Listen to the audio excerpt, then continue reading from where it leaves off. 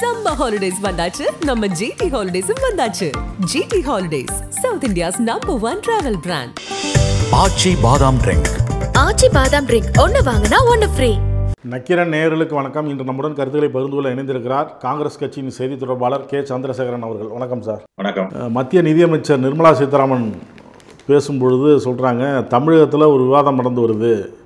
இங்கிருந்து ₹1 நம்ம கொடுத்தா 7 பைசா கூட இது வரதில்லை, விவாதமே தவறு, எப்படி இதை கட்டமைக்கிறாங்கன்னு தெரியல. தமிழகத்தில் கோவைக்கும் சென்னைக்கும் ஒதுக்குற நிதி தான் அரியலூருக்கெல்லாம் ஒதுக்குறீங்களா, மற்ற மாவட்டங்களுக்கு ஒதுக்குறீங்களா அப்படின்னு கேள்வி எழுப்புகிறார். பிரதமர் மோடியை பொறுத்தவரை தமிழ்நாட்டுக்கும் தமிழ் மக்களுக்கும் பிரியமுடன் இருக்கிறார், நிறைய செய்து கொண்டு தான் இருக்கிறார். மற்ற சலுகைகள்லாம் யார் செஞ்சது, மற்ற திட்டங்களுக்கெல்லாம் யார் செஞ்சது, மத்திய அரசு தானே செஞ்சது. ஏதோ திசை திருப்பதற்காக இந்த மாதிரி பேசுகிறாங்க, 2026 மனதில் வைத்து பேசுகிறாங்க அப்படிங்கிறாங்க. பொறுத்த வரைக்கும் மத்திய நிதியமைச்சர் நிர்மலா சீதாராமன் அவர்கள் தமிழ்நாட்டுக்கு வரும்போதெல்லாம் ஏதாவது ஒரு பிரஸ் மீட் பண்றப்பெல்லாம் ஏதாவது ஒரு முன்னுக்கு பின் முரணான தகவலை சொல்லிட்டு போறத ஒரு வழக்கமா வச்சிருக்காங்க. இந்த தேசிய ஜனநாயக கூட்டணி என்று சொல்லப்படுகின்ற NDAன்னு சொல்றோம்ல, எங்களுடைய முன்னாள் நிதி அமைச்சர் சிதம்பரம் அவர்கள் மாநிலங்களவையில் ஒரு 2-3 புள்ளி விவரங்களை கேட்டப்ப புள்ளி விவரங்கள் இந்த டேட்டா இல்லை அப்படின்னு சொன்னாங்க. அதுக்கு இப்ப முன்னாள் நிதியமைச்சர் என்ன சொன்னார்னா, இது NDA கவர்மெண்ட் கிடையாது, நோ டேட்டா அவைலபிள் கவர்மெண்ட்னு சொன்னார். அந்த மாதிரி இவர்கள் எந்த விதமான டேட்டாவுமே இல்லாமல் புள்ளி விவரங்களுமே இல்லாமல் மத்திய நிதியமைச்சரிலிருந்து எல்லோரும் பேசுவதை வழக்கமாக வைத்திருக்கிறார்கள். ஆனா இவங்க என்ன செய்யறாங்கன்னா, எதிர்கருத்துக்கள். இப்ப தமிழ்நாடு சொல்கிறது சில புள்ளி விவரங்களோடு தங்கம் தென்னரசு அவர்கள் கூட, தமிழ்நாடு நிதியமைச்சர் தங்கம் தென்னரசு அவர்கள் கூட சட்டசபையிலேயே பதிவு செய்திருக்கிறார். சில புள்ளி விவரங்களை பதிவு செய்திருக்கிறார். எவ்வளவு நிதி வரவேண்டி இருக்கிறது, எவ்வளவு நிதியை மத்திய அரசு நிறுத்தி வைத்திருக்கிறது என்பதையெல்லாம் புள்ளி விவரங்களோடு சொல்லியிருக்காரு. நீங்க அதுல பாரபட்சமாக தமிழ்நாடு நடத்தப்படுகிறது இந்தியாவிலேயே. இப்ப மாநிலங்களுக்கான வரி பகிர்வு அப்படிங்கிறத பாத்தீங்கன்னா, 9வது நிதிக்குள்ள தமிழகத்துக்கு நிர்ணயிக்கப்பட்ட பகிர்வு 7.831%.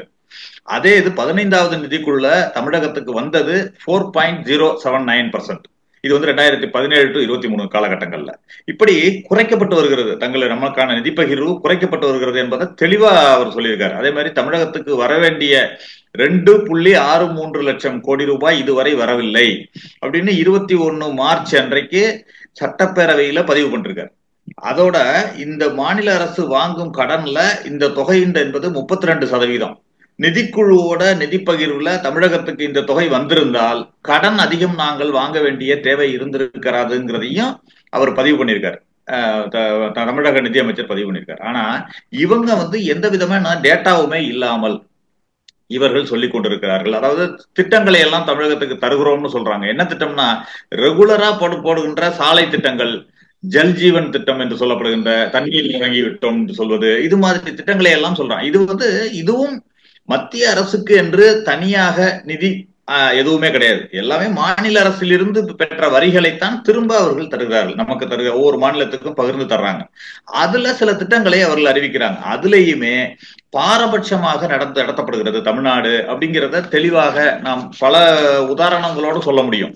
நீங்க உதாரணமா எடுத்துக்கிட்டீங்கன்னா, கடந்த 3 வருஷங்கள்ல மத்திய அரசு தமிழக ரயில்வே திட்டங்களுக்கு ஒதுக்கப்பட்ட நிதி பாத்தீங்கன்னா 19,068 கோடி.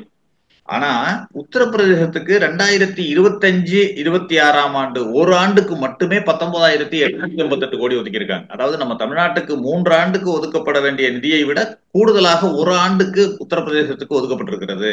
அதே போல நீங்க புதிய ரயில் திட்டங்கள் நடப்பாண்டுல 2024 6,362 கோடி தமிழ்நாட்டுக்கு ஒதுக்கியிருக்காங்க. ஆனா அதுல 1,536 கோடி மட்டுமே செலவு செய்யப்பட்டிருக்கிறது. அதுலயும் அவர்கள் முழுதாக செலவு செய்யப்படவில்லை. இப்படி ஒவ்வொன்றாக நம்ம எடுத்து சொல்ல முடியும். நீங்க ஒரு சிறப்பு திட்டங்கள்னு சொல்லுவாங்க. நீங்க ஒரு சாலை திட்டங்கள், மற்ற திட்டங்கள் எல்லாம் ரெகுலராக எல்லாரும் செய்வதுதான். அதாவது தேசிய நெடுஞ்சாலையை மேம்படுத்துகிறோம் அப்படின்னு சொல்றதெல்லாம், இல்லது தேசிய நெடுஞ்சாலை புதிதாக போடுகிறோம் என்று சொன்னால் கூட அதுல டோல்கேட் போட்டு மத்திய அரசு வசூலிக்கிறது, சுங்கவரி என்று வசூலித்துக் கொண்டிருக்கிறது. அதற்கு அவர்கள் செய்கிறார்கள். நீங்க சிறப்பு திட்டம் அப்படின்னு சொன்னா, உதாரணத்துக்கு எடுத்துக்கிட்டீங்கன்னா, கடந்த மன்மோகன் சிங் அவர்கள் தலைமையிலான UPA ஆட்சியில தமிழகத்துக்கு சிறப்பு திட்டங்கள் என்று தமிழ் செம்மொழியாக அறிவிக்கப்பட்டதோடு மட்டுமல்லாமல் தமிழ் செம்மொழி ஆய்வு நிறுவனம் என்று ஆரம்பிக்கப்பட்டு அதற்கான நிதி ஒதுக்கி அந்த பணி செம்மையாக நடைபெற்றது. அதே போல தேசிய சித்த மருத்துவ ஆராய்ச்சி நிலையம் தாம்பரத்துல ஆரம்பிக்கப்பட்டது. சேலத்தை தலைமையிடமாக கொண்டு புதிய ரயில்வே மண்டலம் அமைக்கப்பட்டது. சென்னை துறைமுகம் மதுரவாயல் சாலை, பறக்கும் சாலை தொடங்கப்பட்டது. இப்படி பல திட்டங்களை சொல்லலாம். ஆனா இவர்கள் ஆட்சி காலத்துல ஒரு சிறப்பு திட்டம் என்று சொன்னால் ஒரே ஒரு திட்டத்தை தான் சொல்ல முடியும். எய்ம்ஸ் திட்டம் என்று சொல்வார்கள். இவர்கள் வந்து மத்திய அரசு சார்பில் எய்ம்ஸ் திட்டம் அறிவிக்கப்பட்டதுன்னு சொல்லுவாங்க. ஆனா அதுல மத்திய அரசின் சார்பில் தமிழகம் உட்பட 22 இடங்கள்ல எய்ம்ஸ் மருத்துவமனை என்று ஆரம்பிக்கப்படும் என்று அறிவிக்கப்பட்டது. அதுல வந்து போபால், புவனேஸ்வர், பாட்னா, ஜோத்பூர், ராய்ப்பூர், ரிஷிகேஷ், கவுஹாத்தி உட்பட 7 இடங்கள்ல எய்ம்ஸ் மருத்துவமனை தொடங்கப்பட்டு நடந்து கொண்டிருக்கிறது. அது மட்டுமல்ல, பல இடங்கள்ல 50%, 75% முடிவடைந்து பணிகள் முடிவடைந்து அங்கேயும் தொடங்குவதற்கான அறிகுறிகள் தென்படுகின்றன. ஆனா தமிழ்நாட்டுல மட்டும் இன்னும் எந்த அளவில் இருக்கிறது என்பதே ஒரு கேள்விக்குறியாக இருக்கிறது. அது மட்டுமல்ல, இன்னொரு குறிப்பான விஷயத்தை சொல்ல வேண்டும் என்று சொன்னால், அறிவிக்கப்பட்ட 22 எய்ம்ஸ் மருத்துவமனைகளில் 21 இடங்களுக்கு மத்திய அரசின் நிதி உதவியோடு அங்கு எய்ம்ஸ் மருத்துவமனை தொடங்கப்பட்டிருக்கிறது. தமிழ்நாட்டில் மட்டும்தான் ஜப்பான் வங்கியின் நிதி உதவியோடு ஆரம்பிக்கப்படுகிறது. இதிலும் மத்திய அரசு அதன் பாரபட்சத்தை தமிழ்நாட்டுக்கு செய்து கொண்டிருக்கிறது என்பதை நாம் குறிப்பாக உணர முடியும். இப்படி ஒவ்வொன்றாக நாம் எடுத்து சொல்ல முடியும். இதுல தமிழகம் எப்படி, எந்த புள்ளி விவரம் உங்களுக்கு கிடைக்குது, என்ன எங்கிருந்து எடுக்கிறார்கள், இப்படி எல்லாம் சொல்றாங்க. இவர்கள் கொடுக்கின்ற டேட்டா தான். இன்றைக்கு தமிழ்நாட்டுல இன்னைக்கு எடுத்துக்கிட்டா உத்தரப்பிரதேசம் தனிநபர் வருமானம், பெர் கேபிட்டா இன்கம்னு சொல்ற தனிநபர் வருமானம் தான். தனிநபர் வருமானத்தை எடுத்துக்கிட்டீங்கன்னா உத்தரப்பிரதேசம் வந்து 93,514 ரூபா, பீகார் வந்து 60,337 ரூபா, ராஜஸ்தான் 1,67,964 ரூபா. மொத்தம் வந்து இந்த 3 மாநிலங்களும் சேர்த்து பெர் கேபிட்டா இன்கம் வந்து 3,21,815 ரூபா வருது. ஆனா தமிழ்நாடோட பெர் கேபிட்டா இன்கம் 3,30,219. இந்த 3 மாநிலங்களையும் விட பெர் கேபிட்டா இன்கமில் தமிழ்நாடு முன்னணியில் இருக்கிறது என்பதை இங்க குறிப்பிடணும். இன்னொன்று, இவர்கள் வந்து நாங்க 5வது இடத்துக்கு பொருளாதாரத்துக்கு வந்துட்டோம், 3வது இடத்துக்கு செல்ல போகிறோம் என்றெல்லாம் சொல்லிக் கொண்டிருப்பவர்கள் இன்றைக்கு தென்னிந்தியா, குறிப்பாக தமிழ்நாடு, கர்நாடகா போன்ற மாநிலங்கள் எல்லாம் ஜிடிபியில் பெரும் பங்களிப்பை இந்தியாவுக்கு அளிக்கிறது. இப்படி இந்த பெரும் பங்களிப்பை அளிக்கின்ற தமிழ்நாடு போன்ற மாநிலங்களை உதாரணப்படுத்திவிட்டு இவர்கள் எப்படி 5வது இடத்திலிருந்து 3வது இடத்துக்கு இந்தியா செல்ல போகிறது என்பதையும் முதல்ல தெளிவுபடுத்தும். ஏன்னா இது வந்து கூட்டாட்சியின் அடிப்படையில் நடக்கின்ற ஒரு ஜனநாயகத்தை நீங்கள் பின்னுக்கு இழுக்கும் பொழுது நீங்கள் எப்படி இந்தியாவின் வளர்ச்சி அது சாத்தியமாகும் என்பதையும் நீங்க புரிஞ்சுக்கணும். முதல்ல இதைத்தான் நிதியமைச்சர் புரிந்து கொள்ள வேண்டும். ஆனால் இவர் கோவில்பட்டியையும் அரியலூரையும் புறக்கணிக்கிறீர்கள். கோயம்புத்தூரில் இருந்து வரும், சென்னையில் இருந்து வரும் வரிப்பணத்தை நீங்கள் கோவில்பட்டியில் அரியலூரிலும் செலவு செய்யவில்லையா அப்படின்ற கேள்வியை, பிரிவினையை தூண்டும் விதத்துல அவரே பேசுறாரு. ஆனா தமிழ்நாடை எடுத்துக்கொண்டால் எல்லா மாவட்டத்திற்கும் சரிசமமான அளவில் நிதி ஒதுக்கீடு செய்யப்படுகிறது, திட்டங்கள் நிறைவேற்றப்படுகின்றன. இன்னைக்கு Tidel park, mini Tidel park எல்லாம் பாத்தீங்கன்னா பல இடங்கள்ல மினி டைடல் பார்க் எல்லாம் ஒதுக்கப்படுகிறது. இப்படி எல்லா இடங்களிலும் சீரான வளர்ச்சியை நோக்கி தமிழ்நாடு சென்று கொண்டிருக்கிறது. ஆனால் இந்தியாவை பொறுத்தவரை பாஜக ஆளாத மாநிலங்களுக்கு நிதி ஒதுக்கீடு என்பது, திட்டங்கள் என்பது புறக்கணிக்கப்படுகின்றன. இதைத்தான் நாம் தமிழ்நாட்டில் இருந்து சுட்டிக்காட்டுகின்றோம். அதனை மறைப்பதற்கு இவர் எதேதோ பேசிக் கொண்டிருக்கிறார். ஒவ்வொரு விதத்திலும் இவர் வந்து மறைப்பதற்கு, நீங்க கடந்த முறை கூட இவர்களுக்கு வந்து ஒரு வார்த்தை இவர்களுக்கு பிடிக்கும், என்னன்னா ஜும்லா அப்படின்னு சொல்லுவாங்க. இவர்கள் வந்து ஏதாவது ஒன்று அறிவிப்பது, அப்புறம் கேட்டாக்க அதை ஒரு ஜும்லாவுக்காக சொன்னோம் அப்படின்னு சொல்லிடுவாங்க. கடந்த முறை கோவை வந்திருந்தப்ப இதே நிர்மலா சீதாராமன் அவர்கள் வந்து ஒண்ணு சொன்னாங்க. முத்ரா திட்டத்தின் கீழ் கோவையில 25 லட்சம் பேரும், ஒட்டுமொத்தமாக தமிழ்நாட்டில் 5.6 கோடி பேரும் பயனடைந்துள்ளனர் அப்படின்னு சொல்லி பிரஸ் மீட்ல சொல்றாங்க. ஆனா 8 கோடி மக்கள் தொகை உள்ள தமிழ்நாட்டுல 5.6 கோடி பேருக்கு முத்ரா கடன் கொடுத்திருக்கிறோம் என்பதை யாராவது நம்ப முடியுமா? அதுபோல சுமார் 32 லட்சம் மக்கள் தொகை கொண்ட கோவையில 20 லட்சம் பேருக்கு முத்ரா கடன் கொடுத்திருக்கிறது என்பதையும் யாராவது நம்ப முடியுமா என்று கேட்டால் அதற்கான புள்ளி விவரங்கள் எதுவும் இல்லை இவர்களிடம். இவர்கள் வந்து சாதாரணமாக சொல்லிவிட்டு செல்வதை, கடந்து செல்வதையே வழக்கமாக வைத்திருக்கிறார்கள். அதை போலத்தான் இந்த தடவையும் வந்து அவர் எதையோ ஒன்று சொல்லிவிட்டு அதை மற்ற கேள்விகளுக்கு பதிலளிக்காமல் திமுக அரசை குற்றம் சொல்ல வேண்டும், தமிழ்நாட்டை குற்றம் சொல்ல வேண்டும், தமிழ்நாட்டை ஒரு ஏளனப்படுத்த வேண்டும், தமிழர்களை தரக்குறைவாக பேச வேண்டும் என்பதற்காக மட்டுமே அவர் இது மாதிரி கருத்துக்களை சொல்லி இருப்பதாகத்தான் நான் நினைக்கிறேன். பாராளுமன்றத்திலும் சரி, பாராளுமன்றத்துக்கு வெளியிலும் சரி, தமிழை போற்றுகிறோம், தமிழ்நாட்டை போற்றுகிறோம் என்று சொல்லிக்கொண்டு, ஆனால் தமிழ்நாட்டின் மீது ஒரு வெஞ்சன்ஸ் வைத்துக் கொண்டு தமிழகத்தை வஞ்சம் தீர்ப்பதாகவே இந்த அரசு நடந்து கொண்டிருக்கிறது என்பதைத்தான் நாம் பார்க்கிறோம். டாஸ்மார்க்ல 1000 கோடி ரூபாய் ஊழல் நடந்துள்ளது. நிச்சயம் சொல்றேன், தமிழகத்தில் மத்திய ஏஜென்சிகள் நடத்தும் வழக்குகளில் நிச்சயம் நடவடிக்கை எடுக்கப்படும் அப்படிங்கிறாங்க. அதாவது இவர்கள் மிரட்டும் தொனியில் பேசுவது. அதாவது இங்கு தமிழகத்தை கண்டு அவர்கள் பதட்டப்படுகிறாங்க. என்னன்னா, எல்லாவற்றிலும் தமிழகம் ஒரு முன்னணியில் இருக்கிறது. பல திட்டங்களை இவர்கள் தடுக்க நினைத்தாலும் அதை மீறி தமிழகம் வளர்ச்சி பாதையில் சென்று கொண்டிருப்பது இவர்கள் கண்களை உறுத்துகிறது. ஒரு விஷயம் ஒன்று. இரண்டாவது, கட்சி ரீதியாகவும் இங்கு மோடி அவர்களுக்கும் பாஜகவிற்கும் ஒரு எதிர்ப்பு நிலை தமிழ்நாட்டில் நிலவி கொண்டிருக்கிறது. அதை எப்படி சரியாக்குவது என்பது இவர்களுக்கு தெரியவில்லை. அதற்காக திமுக கூட்டணியில் ஏதாவது ஒரு பிளவை ஏற்படுத்த வேண்டும், அல்லது திமுக அரசை ஏதாவது வீழ்த்துவதற்கு எதையாவது செய்ய வேண்டும் என்பதற்காக இப்படி பேசிக் கொண்டிருக்காங்க. நீங்க ஒரு ஊழல் நடந்தது என்று சொன்னால் அதன் மீது நடவடிக்கை எடுப்பதில் எந்த விதமான மாற்று கருத்தும் கிடையாது. டாஸ்மாகிலோ அல்லது வேறு எங்கு நடந்திருந்தாலும் சரி. ஆனால் இவர்கள் சொல்லும் இந்த டாஸ்மாக் ஊழல் என்று சொன்னால், இன்றைக்கு 41 வழக்குகள் அந்த டாஸ்மாகில் எடுக்கப்பட்டிருக்கிறது. அவர்களால் அந்த சென்ட்ரல் ஏஜென்சி என்று சொல்லப்படுகின்ற இடியால் 41 வழக்குகள் எடுக்கப்பட்டிருக்கிறது. அந்த 41 வழக்கும் எப்படி பதிவு செய்யப்பட்டது என்று சொன்னால், மாநில அரசின் லஞ்ச ஒழிப்பு துறையால் பதிவு செய்யப்பட்டது. அதுல இன்னொரு குறிப்பா சொல்ல போனா 36 வழக்குகள் கடந்த அதிமுக ஆட்சியில் பதிவு செய்யப்பட்டது. 5 வழக்குகள் தான் இப்பொழுது திமுக ஆட்சியில் எடுக்கப்பட்டது. இவர்கள் என்ன செய்யறாங்கன்னா, அந்த 41 வழக்கையும் எடுத்து திமுக அரசு தான் எல்லாவற்றையும் செய்தது போல ஒரு பூதாகரமாக ஆக்கி இதை செய்து கொண்டிருக்கிறார்கள். இன்னொன்று, முதல் நாள் சொல்கிறார் தமிழக பாஜக முதல் நாள் சொல்கிறார் 1000 கோடி டாஸ்மாகில் ஊழல் என்று சொல்கிறார். அடுத்த நாள் இடி ரெய்டு போயிட்டு அதே 1000 கோடியை சொல்கிறது. இங்கு இடியை வழிநடத்துவது யார் என்ற கேள்வியும் நமக்கு இருக்கு. நீங்க யார் சொல்வதை செய்து இடி நடந்து கொள்கிறது கேட்டு, எந்த அறிவுரையின் அடிப்படையில் இடி நடந்து கொள்கிறது என்பதையும் நம்ம கேட்க வேண்டியிருக்கு. இப்ப சொல்கிறாரு தமிழ்நாட்டுல 1000 கோடி ஊழல், அது கண்டிப்பாக சிக்குவார்கள் என்றெல்லாம் நிதியமைச்சர் சொல்றாரு. ஆனா அந்த 31 வழக்குகள், அதாவது கடந்த ஆட்சியில் மொத்தம் 41 வழக்குகளில் 36 வழக்குகள் அதிமுக ஆட்சியில் நடந்திருக்கிறது. ஏன் அப்பொழுது நடவடிக்கை எடுக்கவில்லை? ஏன் எடுக்கவில்லை? அப்படி என்றால் உங்களுக்கும் அதில் பங்கு சென்றதா? அதிமுக ஆட்சியில் நடந்த ஊழலில் உங்களுக்கு பாஜகவிற்கு பங்கு சென்றதா என்ற கேள்வி எழுது. இன்னொன்று, திமுக ஆட்சி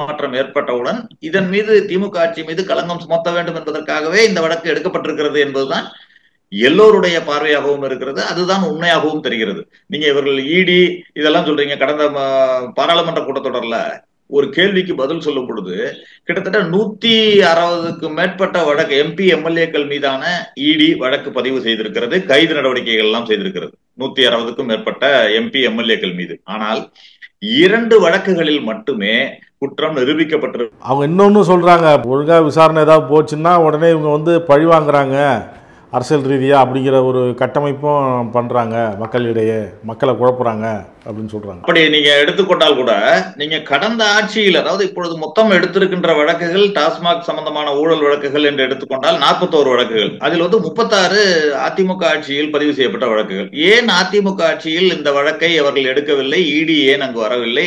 ஏன் நடவடிக்கை எடுக்கவில்லை என்ற கேள்வி எழுகிறது. அப்படி என்றால் அவர்களுக்கு அந்த பங்கு சென்று விட்டதா என்ற கேள்வியும் எழுகிறது. இன்னொன்று, இப்ப சமீபத்துல பாராளுமன்றத்தில் கேட்கப்பட்ட கேள்விக்கான ஒரு பதிலில் 160க்கும் மேற்பட்ட எம்பி எம்எல்ஏக்கள் மீது இடி வழக்கு பதிவு செய்திருக்கிறது, கைது நடவடிக்கைகளை மேற்கொண்டிருக்கிறது. ஆனால் 2 வழக்குகளில் மட்டுமே குற்றம் நிரூபிக்கப்பட்டிருப்பதாக தகவல் வெளியிடப்பட்டிருக்கு. அப்படி என்றால் மற்றவர்கள் மீதெல்லாம் பழிவாங்கும் நடவடிக்கை தான் மேற்கொள்ளப்பட்டிருக்கிறது என்பதை தெளிவாக புரிந்து கொள்ள முடியும். சரி, இவர்கள் இடி நடவடிக்கை எடுத்திருக்கிறோம், நாங்கள் பழிவாங்கும் நடவடிக்கை கிடையாது, சரியாதான் நடக்குது அப்படின்னு சொன்னா, கடந்த ஆட்சியில சேகர் ரெட்டி என்று ஒருவர் இருந்தார். அவர் வீட்டுல கட்டுக்கட்டாக ரூபாய் நோட்டுகள்லாம் பறிமுதல் செய்யப்பட்டது. நம்ம ஒரு 2000 ரூபாய் வாங்குவதற்கு செல்போன் நம்பரில் முதற்கொண்டு பதிவு செய்துதான் பேங்க்ல வாங்க முடிஞ்சு. ஆனா கட்டுக்கட்டாக பிடிக்கப்பட்ட அந்த நோட்டுகள் எங்கிருந்து வந்தது என்றே தெரியவில்லைன்னு ரிசர்வ் பேங்க் சொன்னாங்க. அதையும் பதிவு செய்து இடி அந்த வழக்கை க்ளோஸ் பண்ணிட்டாங்க. அவர் வீட்டில் இருந்து பிடித்த நோட்டுகள் விவரம் என்ன, அவர் மீது எடுத்த நடவடிக்கை என்ன ஒன்று. அதே போல பொறுப்பில் இருந்த தலைமைச் செயலாளர், அவர் வீட்டுல நடவடிக்கை எடுக்கிறாங்க, அவர் வீட்டுல ரெய்டு பண்றாங்க, அவருடைய அலுவலகத்துல ரெய்டு பண்றாங்க. பணம் பிடிபட்டது, நகை பிடிபட்டது, டாக்குமெண்ட் பிடிபட்டதெல்லாம் இடியே தகவல் வெளியிட்டது. இப்பொழுது அவர் மீது எடுத்த நடவடிக்கை என்ன, இடி எடுத்த நடவடிக்கை என்ன, இதையெல்லாம் நிதியமைச்சர் சொல்ல தயாரா? அதே மாதிரி முன்னாள் அமைச்சர், சுகாதாரத்துறை அமைச்சர் விஜயபாஸ்கர் வீட்டுல ரைடு பண்ணாங்க, டாக்குமெண்ட்டை தூக்குனாங்க, டிரைவர் ஓடினாரு, எல்லாம் எவ்வளவோ காட்சிகள்லாம் நம்ம தொலைக்காட்சியில பார்த்தோம். அந்த வழக்கு என்ன ஆயிற்று? அவர் மீது எடுத்த அந்த வழக்கின் மீது எடுத்த நடவடிக்கை என்ன, இதையெல்லாம் நிதியமைச்சர் சொல்ல தயாரா? இப்பொழுது திமுக ஆட்சி மாற்றம், அதாவது அதிமுக ஆட்சி மாறி இவர்களுடைய கூட்டணியும் மாறி திமுக ஆட்சி வந்தவுடன் இடி, இன்கம் டாக்ஸ் போன்றவை எல்லாம் வேண்டுமென்றே பழிவாங்கும் நடவடிக்கைகளை தொடக்கி இருப்பது என்பது பழிவாங்குவதற்கு அல்லாமல் வேறு என்ன? ரெண்டாவது, அந்த தொடர் நடவடிக்கைகள் என்ன? நீங்க ரைடு போறீங்க, வெளியிட்டுறீங்க 1000 கோடி 500 கோடின்னு வெளியிடுறீங்க, அதனுடைய தொடர் நடவடிக்கைகள் என்ன என்பதை இடி தெளிவாக்குவதே இல்லை. இதுதான் பழிவாங்கும் நடவடிக்கை என்று நாங்கள் மட்டுமல்ல, எல்லோரும், பார்வையாளர்கள், ஊடகவியலாளர்கள் எல்லோரும் சொல்வது அதுதான். அது கண்டிப்பாக உண்மை என்பது தெளிவாகிறது இவர்களுடைய நடவடிக்கை மூலமாக.